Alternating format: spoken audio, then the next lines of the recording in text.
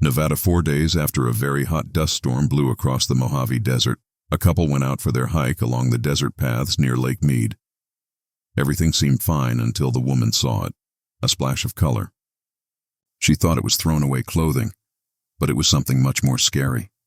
Police were called right away, and they found the body of a young woman partly hidden among the desert rocks. Within an hour, they figured out who the victim was, 27-year-old Melonie White, who had been reported missing 48 hours earlier. The case would stay unsolved for years until the sheriff's office said that Melonie White's death was part of a scary string of murders connected to 4 other women between 1990 and 90. Was this really just coincidence? Or was Melonie White the victim of a serial killer? For many years, these deaths were nothing but cold numbers buried in old files. But now, a new clue has come up, one that could finally bring the killer into the light. And after 30 years, a secret that was buried in the evidence for a long time finally spoke. Before diving into the story, don't forget to subscribe and hit the notification bell to stay updated with the latest stories. Tom Richardson fixed his hiking backpack as he and his wife, Sarah, walked along the trail they knew well. They had been exploring the desert paths around Lake Mead for 15 years, finding peace in the deep quiet that stretched between Las Vegas and the Colorado River. The rocky ground needed attention, but they knew these paths well enough to appreciate the simple beauty of the Mojave landscape. "Look at that view," Sarah said, pointing toward the faraway mountains that framed the lake. The morning light painted the rocks in shades of red and gold, a reminder of their lasting connection to this place. Tom nodded, stopping to drink water and check their map. They were about 3 miles from the parking area, following a trail that wound through big rock formations and scattered desert plants. The silence was deep, broken only by the occasional call of a desert bird or the whisper of wind through the rocks. It was Sarah who saw it first, a splash of color that didn't belong among the quiet tones of stone and sand. She stopped walking, her hand automatically reaching for Tom's arm. "Tom," she said, her voice suddenly tight. "Over there, behind those rocks." He followed where she was looking and felt his stomach drop. What he had first thought was thrown-away clothing was clearly something much worse. The shape, the way it was positioned, the unnatural stillness, all pointed to a truth neither wanted to believe. They walked closer slowly, their hiking boots crunching on the rocky ground. With each step, the horrible reality became more undeniable. A young woman lay partly hidden among the desert rocks, her dark hair standing out sharply against the pale stone around her. Tom pulled out his cell phone with shaking hands, grateful that they were close enough to the lake to have signal. His voice cracked as he spoke to the 911 dispatcher, trying to describe where they were while keeping his eyes away from the scene before them. "We need police out here," he managed. "We found a body, a young woman. She's been hurt." The dispatcher's calm voice helped steady his nerves as she gathered information about their exact location. Tom read coordinates from his GPS unit while Sarah stood guard, making sure no other hikers would stumble onto the scene unprepared. Within minutes, they could hear sirens in the distance, growing louder as emergency vehicles drove the access roads that led to the trailhead. The sound seemed strange in the vast silence of the desert, a harsh entry of human crisis into the timeless landscape. Detective Laura Jensen was among the first to arrive. Her experienced eyes immediately took in the scene with professional distance that barely hid her anger. 20 years on the Las Vegas Metropolitan Police Force had shown her humanity's darkest corners. But crimes against young mothers hit differently. The victim appeared to be in her 20s, with dark hair, wearing casual clothes suitable for desert hiking. The signs of violence were clear. "Secure the area," she ordered the uniformed officers who had arrived with her. "No one else gets near this scene until the coroner and crime scene team arrive. And I want this entire area treated as possible evidence." Jensen had worked dozens of murder cases, but each one brought its own particular horror. This victim was young, probably somebody's daughter, maybe somebody's mother. The faraway location suggested planning, but the visible violence showed rage or desperation. Already she was building mental theories about what had happened here. The desert had saved more than it had destroyed. Evidence remained scattered around the scene, waiting for expert collection. Jensen knew this case would demand every bit of skill the Las Vegas Metropolitan Police Department had. The isolation of the location would make witness testimony unlikely, placing huge weight on physical evidence. Detective Mark Davies arrived as Jensen was setting up the crime scene boundaries. His partnership with Jensen had solved many cases over the past 5 years. Their skills that worked well together proved effective in complex investigations. Davies brought a careful approach that balanced Jensen's natural investigative style. "What do we have?" Davies asked, pulling on latex gloves as he walked toward the scene. "Female victim, early 20s, obvious signs of violence," Jensen replied. "Hikers found her about an hour ago. No identification visible. But we're treating this as a murder until proven otherwise." The crime scene technicians arrived in a van loaded with equipment for evidence collection. Their job would be to document everything, photograph every angle, collect every possible piece of evidence that might eventually lead to the killer's identification. In 1994, forensic science was advancing rapidly, but it still had limitations that would prove frustrating in the months ahead. The coroner's initial examination confirmed what Jensen had suspected from the moment she saw the body: strangulation and blunt force trauma. Dr. Elizabeth Harper announced after her first assessment. "This was personal, violent. Whoever did this wanted her to suffer." The words hit Jensen like physical blows. She had seen too many cases like this, women whose lives were cut short by men who saw them as objects to be controlled and thrown away. But knowing the pattern didn't make it easier to process the basic cruelty of such crimes. Davies spread out a map of the area, marking locations where evidence had been found. Remote location. Killer knew this area well enough to think the body wouldn't be discovered quickly, but not well enough, Jensen replied, watching the technicians work. Hikers use these trails regularly during cooler months. This was either sloppy planning or maybe desperation. The evidence collection would take hours. Each item was carefully recorded and preserved according to strict rules. DNA samples, clothing fibers, fingerprints, photographs from every possible angle. The technicians worked with careful care, knowing that their thoroughness might be the difference between justice and another unsolved case. As the sun climbed higher, the desert heat began to build. The crime scene team worked quickly but carefully, racing against time and temperature. Every minute of exposure could damage possible evidence, making their precision even more important. Within hours, a first identification came through: Melonie White. 27 years old, mother and beloved daughter. Her family had reported her missing 2 days earlier, when she failed to return home from what they thought was a shopping trip to Las Vegas. Now, Jensen faced the crushing duty of delivering news that would destroy lives. The drive to the White family home took Jensen through neighborhoods that represented the growing diversity of Las Vegas in the 1990s. New developments mixed with older communities, showing a city in transition as it grew beyond its reputation as merely a gambling destination. The White House was modest but well-maintained, with a small front yard and children's toys visible on the porch.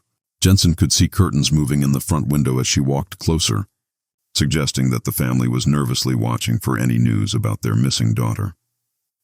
Melonie's mother, Patricia White, opened the door before Jensen could knock. The hope in her eyes was immediately replaced by fear as she recognized the expression on the detective's face. "Mrs. White," Jensen said gently. "I'm Detective Jensen with the Las Vegas Metropolitan Police.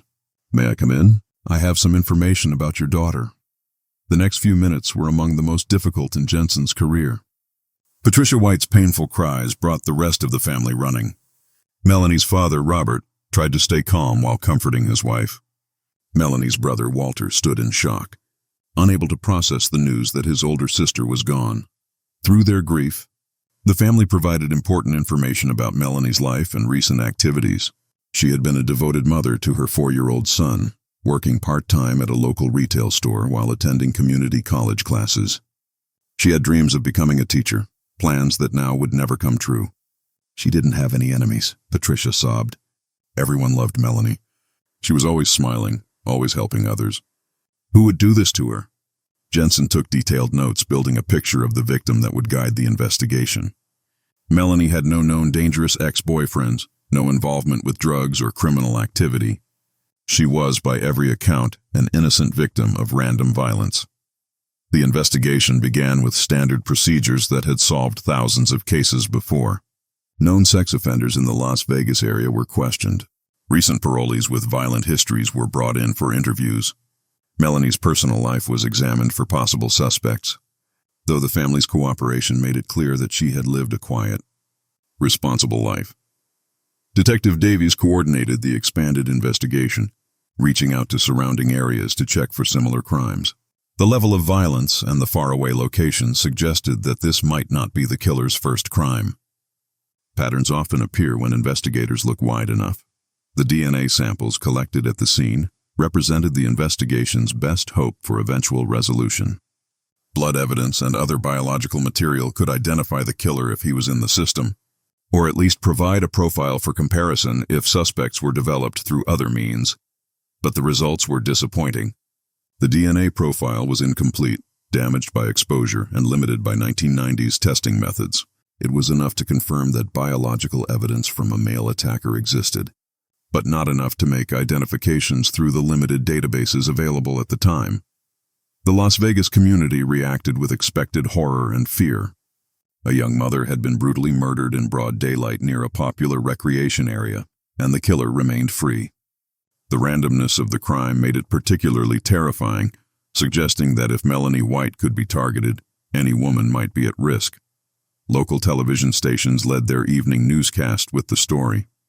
Newspaper headlines screamed about the desert murder and the ongoing search for a killer. The coverage brought tips from the public, though most led nowhere. Vigils were held at Melonie's church and at the community college where she had been pursuing her education. Hundreds of people gathered to remember a young woman whose life had been cut short just as she was building her future.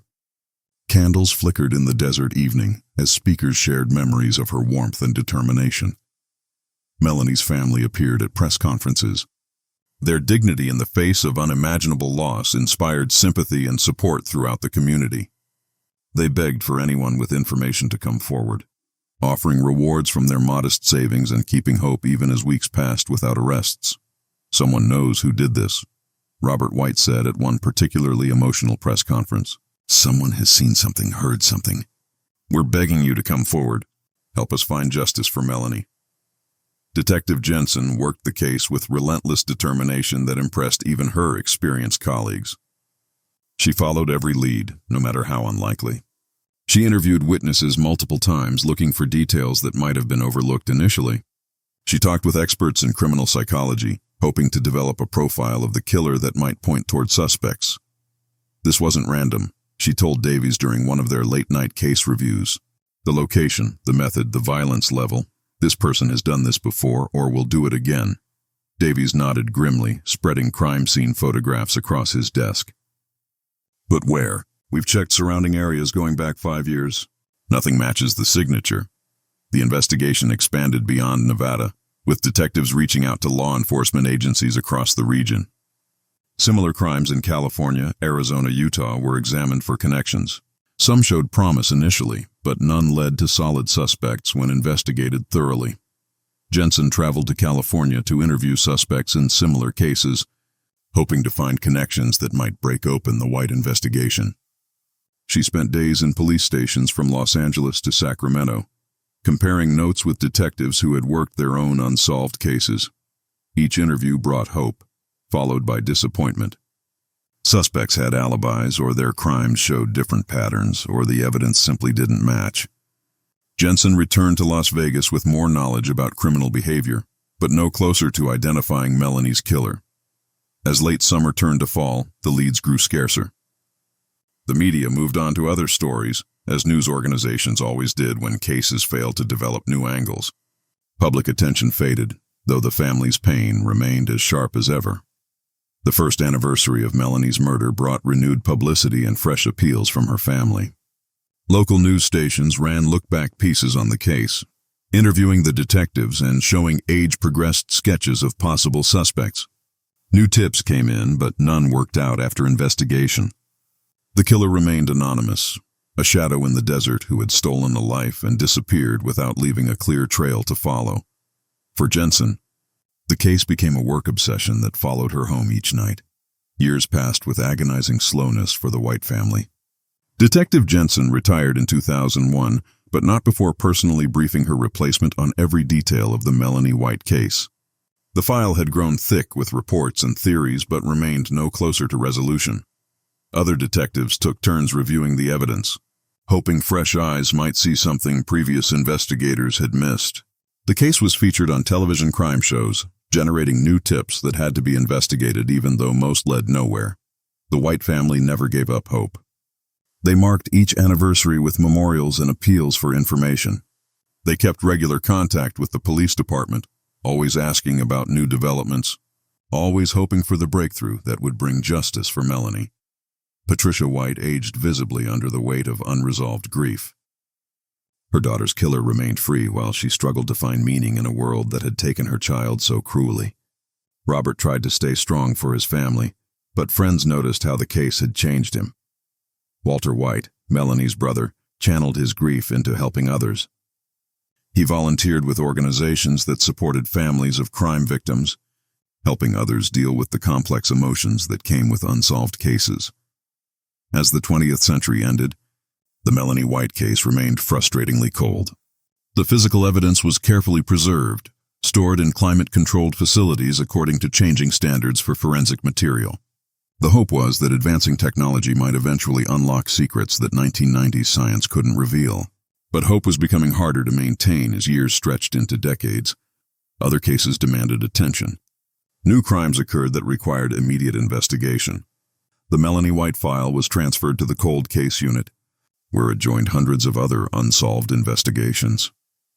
The desert east of Las Vegas looked unchanged from that August morning in 1994. Hikers still used the trails where Melonie's body had been found.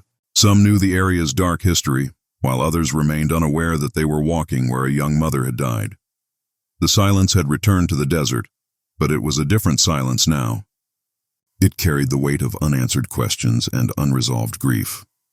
It held the echo of a family's pain and a community's fear that justice might never come. The new millennium brought amazing changes to forensic investigation that would eventually transform cold case work. DNA testing became more advanced, capable of getting usable profiles from smaller and more damaged samples. Computer databases expanded greatly, allowing comparisons across larger populations. Most importantly, cold case units were created to carefully review unsolved crimes using these new tools.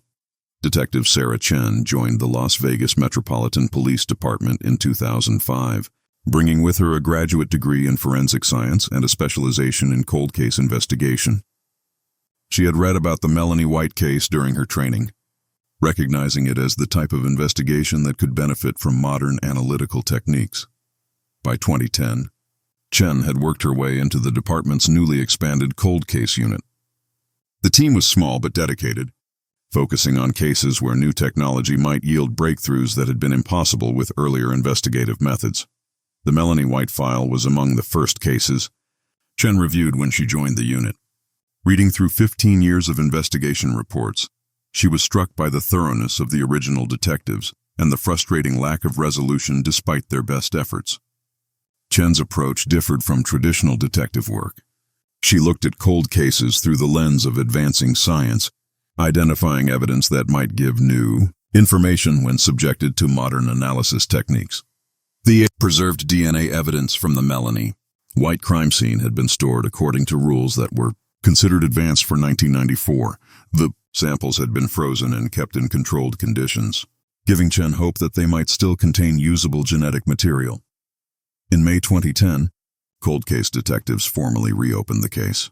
Using advancements in DNA extraction and amplification, they successfully created a strong unknown male DNA profile, an STR profile, from the carefully preserved evidence. This profile was immediately loaded into CODIS, the national DNA database that had expanded dramatically since 1994. The system could now compare genetic profiles against millions of convicted offenders, a resource that simply hadn't existed when Melonie was murdered. Despite this breakthrough, years passed with no direct match appearing in CODIS.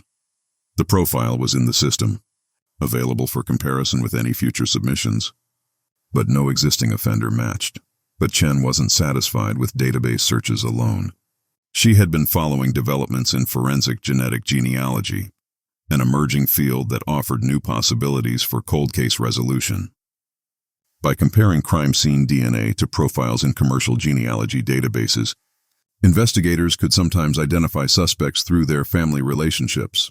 The process was complex and time-consuming, requiring specialized expertise and access to genealogy databases that most people used to trace their family history. But the results were proving revolutionary across the country. Cases that had remained cold for decades were suddenly yielding arrests and convictions. By 2021, with no matches from CODIS and new technologies emerging, Detective Chen and the Cold Case Unit made the important decision to pursue forensic genetic genealogy. Chen reached out to Dr. Vivian Stone, a forensic genealogist who had gained national attention for her work on several high-profile cold cases. Dr. Stone operated a consulting firm that specialized in using genetic genealogy techniques to identify suspects in criminal investigations. The Melonie White case is exactly the type of investigation where genetic genealogy can be effective. Dr. Stone explained during their first meeting, "We have a clean DNA profile from the crime scene, and the case is old enough that there's likely to be extensive family tree information available in the databases, Dr." Stone's team began the painstaking process of comparing the crime scene profile to millions of profiles in genealogy databases. The work required both advanced software and human expertise, as genetic matches had to be understood within the context of family relationships and geographic patterns. The analysis took months. Dr. Stone's team identified partial matches that led to family trees spanning several generations. They traced genetic connections across multiple states and decades, looking for patterns that might point to specific individuals. Slowly, a picture began to appear. The DNA profile appeared to be connected to families with roots in the American Midwest and West. Further analysis narrowed the geographic focus to regions that included Nevada, California, and neighboring states. The genealogical investigation revealed multiple family branches with surnames that began to appear repeatedly in the analysis. One name stood out among the others: Lavery.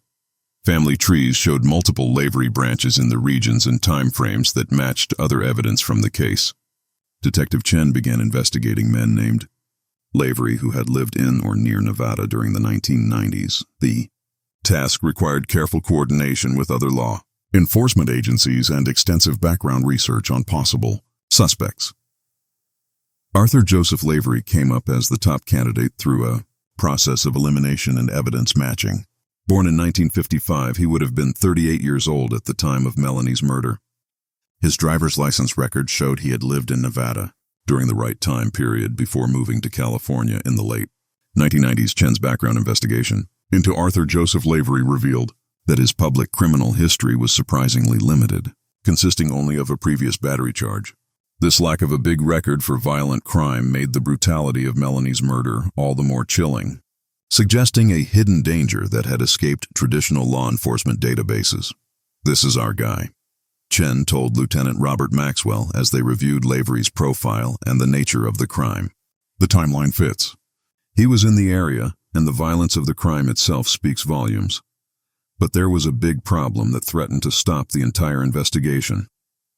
Arthur Joseph Lavery had died in February 2021, a victim of COVID-19 complications while in a California hospital. The FGG investigation was underway in the same year, making his death a frustratingly close miss for earthly justice. Any arrest or trial was impossible. But the investigation could still seek scientific confirmation of his involvement. Chen worked with prosecutors to get legal authorization for DNA comparisons with Lavery's relatives. The process required careful handling of privacy laws and constitutional protections, but the family members eventually agreed to provide samples for comparison. The DNA results were definite and devastating. Arthur Joseph Lavery was definitively identified as the source of the biological evidence found with Melonie White's body in 1994. Scientific certainty had replaced decades of guessing and uncertainty. 30 years after the crime, the killer had been identified through a combination of preserved evidence, advancing technology, and relentless persistence. Science had succeeded where traditional investigative methods had failed, but the victory came with the bitter knowledge that traditional earthly justice would never be served. Chen felt a complex mixture of satisfaction and frustration as she prepared to close the case. The identification was definitive, bringing answers that the White family had sought for 3 decades. However, Lavery's death meant that many questions would remain forever unanswered. The investigation had revealed Arthur Joseph Lavery's true violent nature through the crime itself, but it couldn't explain his specific reasons for attacking Melonie White. Had the crime been random, or had there been some connection between the victim and her killer? Those answers had died with Lavery in 2021. As news of the identification began to spread within the police department, veteran officers who had worked on the original investigation expressed mixed emotions. Detective Laura Jensen, now retired for over 2 decades, was contacted by colleagues who wanted to share the news that had eluded her throughout her career. "I always believed we would eventually solve this case," Jensen said when reached at her home. "Technology has advanced so much since 1994. I'm grateful that the family will finally have answers, even if Arthur Joseph Lavery will never face trial for what he did." The White family was contacted by Detective Chen, who arranged to meet with them privately before any public announcement was made. The conversation would be among the most difficult and important of Chen's career, bringing both closure and painful reminders of justice delayed. Patricia White, now in her 70s, listened with tears streaming down her face as Chen explained how modern science had finally identified her daughter's killer. The pain of 3 decades was visible in her expression, mixed with relief that the uncertainty was finally ending. "We always knew this day would come," Patricia said, her voice trembling but determined.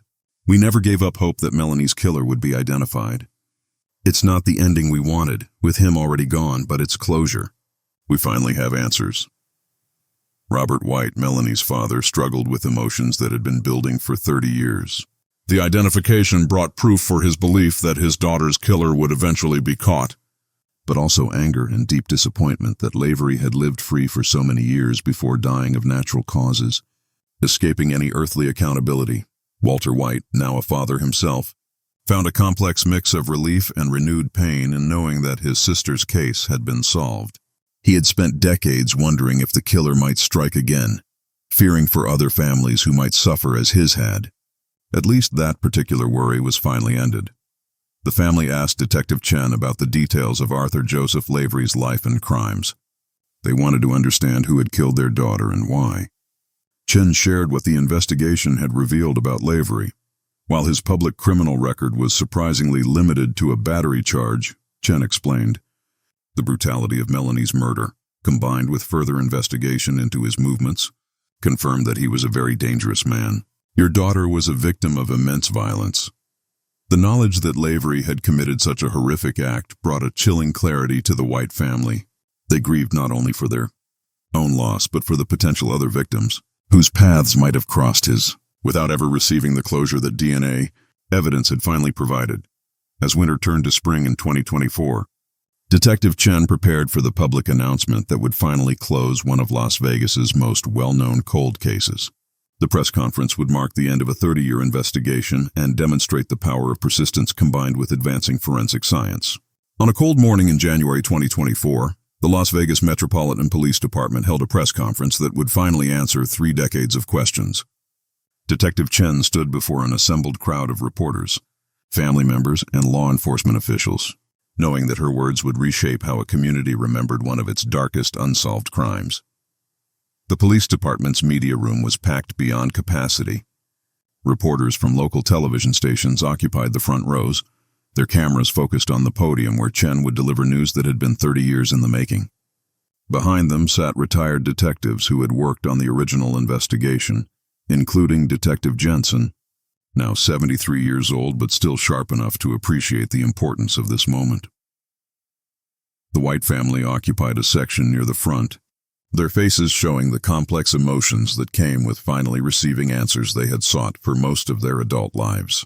Patricia White, now frail but determined, had insisted on attending despite her family's concerns about the media attention.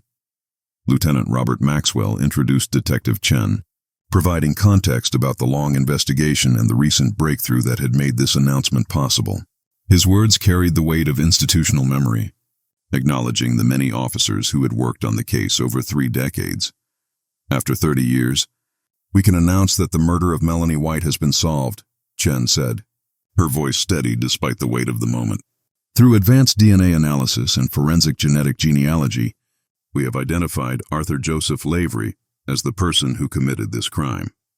The room erupted with questions from reporters eager to understand how the breakthrough had occurred. Chen raised her hand for silence, knowing that the full story would take time to tell properly. I want to begin by acknowledging the family of Melonie White, who have waited 3 decades for this day, Chen continued. Their patience and persistence have been an inspiration to everyone who has worked on this case. While we cannot bring Melonie back, we can finally give her family the answers they deserve. Chen carefully explained the scientific process that had led to Arthur Joseph Lavery's identification. She described how DNA evidence preserved since 1994 had been reanalyzed using modern techniques in 2010 to create a complete profile, which was then compared to genealogy databases in 2021. The breakthrough came through forensic genetic genealogy, a relatively new field that uses family tree analysis to identify suspects, Chen explained. Working with experts in this field, we were able to trace the genetic profile from our crime scene to Arthur Joseph Lavery. The questions from reporters came rapidly. How long had the genealogical analysis taken? What was Arthur Joseph Lavery's background? Why had it taken 30 years to solve the case? Chen answered each question carefully, balancing the public's right to information with respect for the ongoing pain of the victim's family. She explained that Lavery had lived in Nevada during the time of Melonie's murder and his public record showed a limited criminal history. Then came the question that Chen had been dreading. A reporter asked about Arthur Joseph Lavery's current status and whether he would face charges for the crime. Arthur Joseph Lavery died in February 2021 due to COVID-19 complications, Chen announced, her words bringing audible gasps from the audience. He will never face trial for his crimes, but the scientific evidence definitively identifies him as Melonie White's killer. The news of Lavery's death added a bitter dimension to what should have been a moment of triumph. Traditional justice in the form of a trial would never be served, though the truth had finally been revealed. Patricia White was given the opportunity to speak to the assembled media. Her words, delivered with dignity that impressed everyone present, captured the complex emotions of finally having answers while being denied the satisfaction of seeing the killer face courtroom consequences. For 3 decades, we carried the weight of the unknown, she stated, her voice trembling but strong. While Arthur Joseph Lavery will never stand trial for what he did, we finally have the truth about Melonie. That truth, though bittersweet, brings us a form of peace we've longed for. She spoke about her daughter's life and the impact her death had on their family. Melonie was remembered not just as a victim but as a loving mother and daughter whose potential had been cut short by senseless violence. Melonie would have been 57 years old now. Patricia continued. She should have seen her son graduate from college, get married, have children of his own. Arthur Joseph Lavery stole all of that from us, but he cannot steal our memories of who she was. The press conference continued for over an hour, with Chen answering questions about the investigation's timeline, the role of technology in solving cold cases, and the implications for other unsolved crimes. The story would dominate local news coverage for days and attract national attention as an example of cold case success. As the formal press conference ended, Chen found herself surrounded by reporters seeking additional details and follow-up interviews. The story had all the elements that made for compelling news coverage: a decades-old mystery, cutting-edge science, and the bittersweet resolution of a family's long wait for answers. The news spread rapidly through Las Vegas and beyond. Social media platforms buzzed with discussion about the case and its resolution. True crime fans analyzed every detail, while criminology experts discussed the implications of forensic genetic genealogy for other unsolved cases. Media outlets that had covered the original crime in 1994 now reported its resolution, often featuring side-by-side comparisons of their coverage from 30 years earlier. The contrast highlighted how much had changed in both forensic science and media coverage of criminal cases. For the Las Vegas community, the announcement brought closure to a case that had haunted the city for 3 decades. Many residents remembered the original crime and the fear it had generated. The randomness of Melonie's murder had made it particularly terrifying, suggesting that any woman could become a victim. The revelation that Arthur Joseph Lavery had been responsible prompted reflection on how many dangerous individuals might be living undetected in any community. Even with a surprisingly limited public record, Lavery had moved from Nevada to California after the murder, possibly committing other crimes that had never been connected to him. Local law enforcement agencies began reviewing other unsolved cases from the 1990s, looking for possible connections to Arthur Joseph Lavery based on the violent signature of Melonie's murder. His criminal history, though limited in official reports, now had a chilling context provided by this solved case. The resolution of the White case also highlighted the importance of evidence preservation and the potential of advancing forensic technology.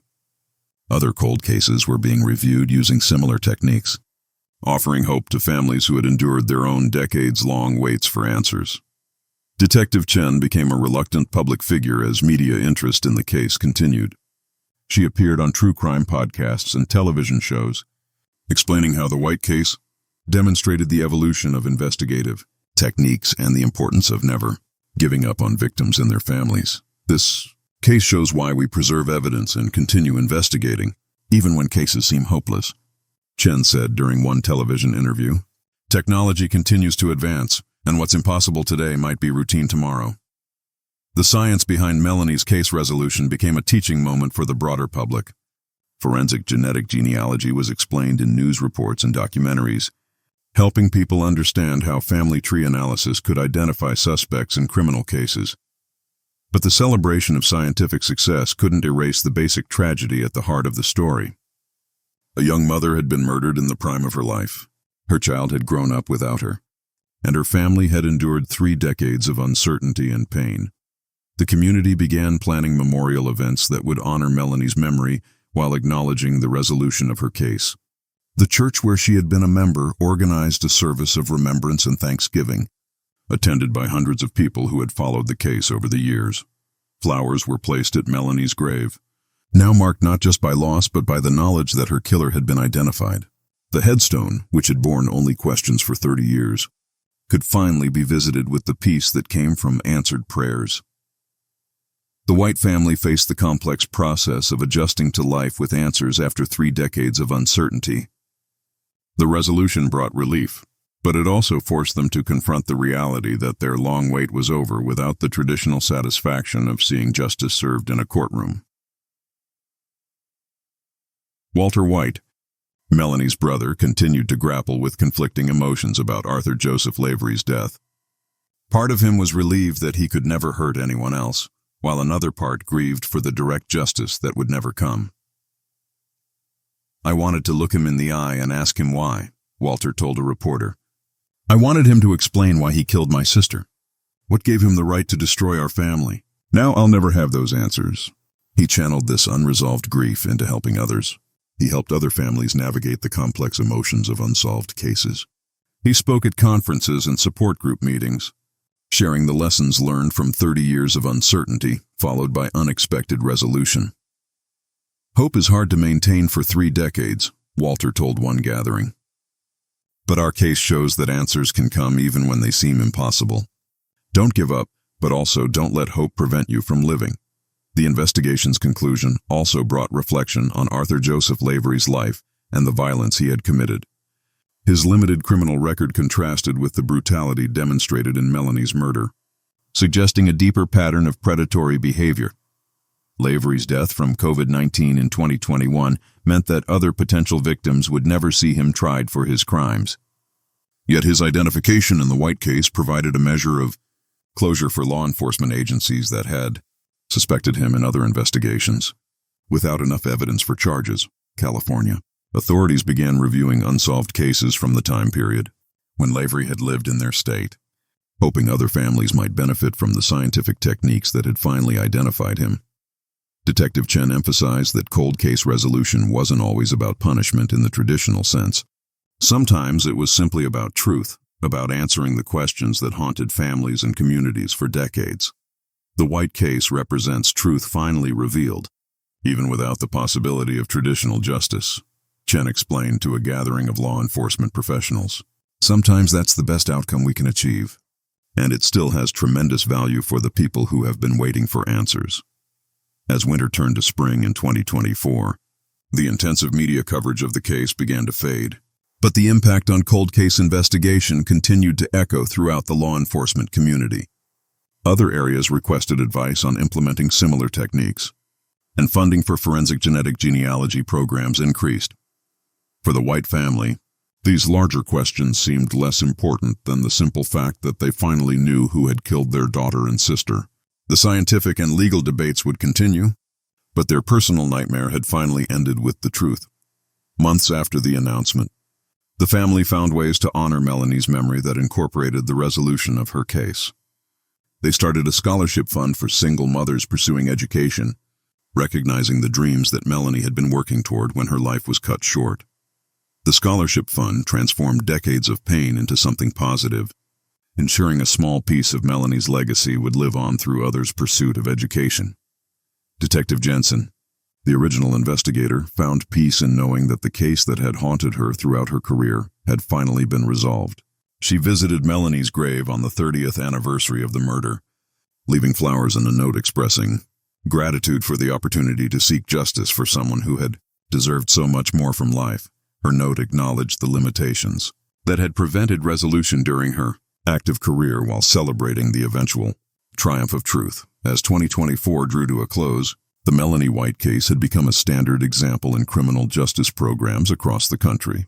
It demonstrated how persistence, proper evidence preservation, and advancing technology could combine to solve even the most challenging investigations. Students learned about the importance of never giving up on victims and their families. The desert wind still blows across the trails near Gypsum Wash, carrying the scent of sage and the whispers of ancient stone.